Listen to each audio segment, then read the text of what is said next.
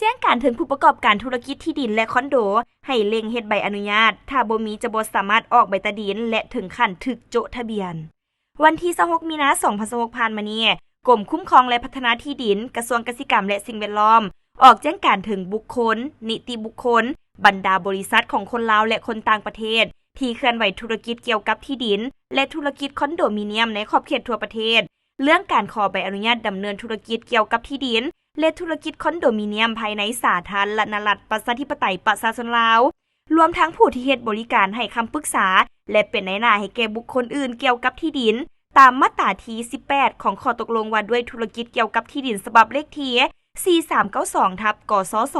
ลงวันที่25สิงหาคม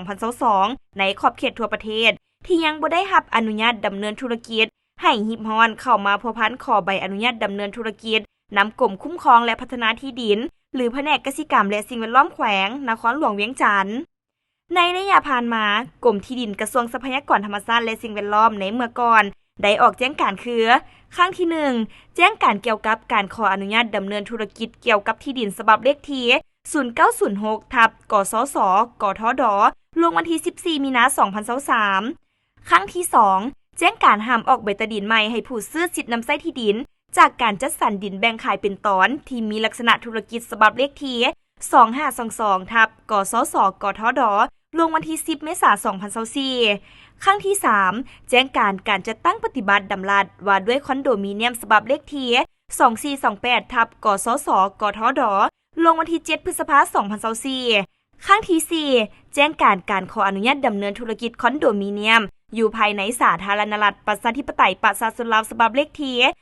0405/กสศกทดลงวันที่30มังกร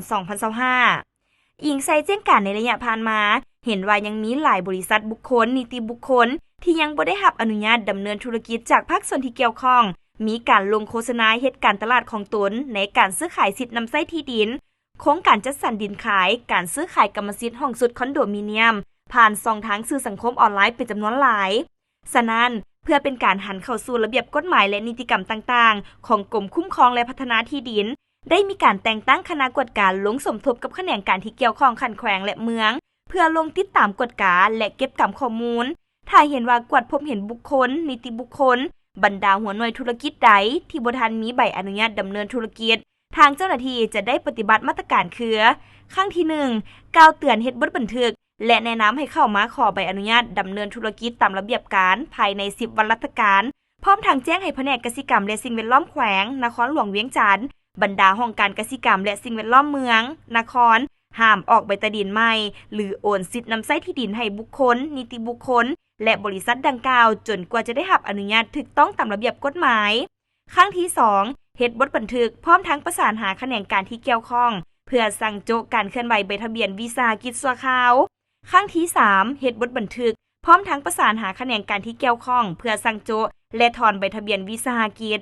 ดังนั้นจึงแจ้งมายังบรรดาหัวหน่วยธุรกิจรับทราบและจะตั้งปฏิบัติตามแจ้งการฉบับนี้ด้วย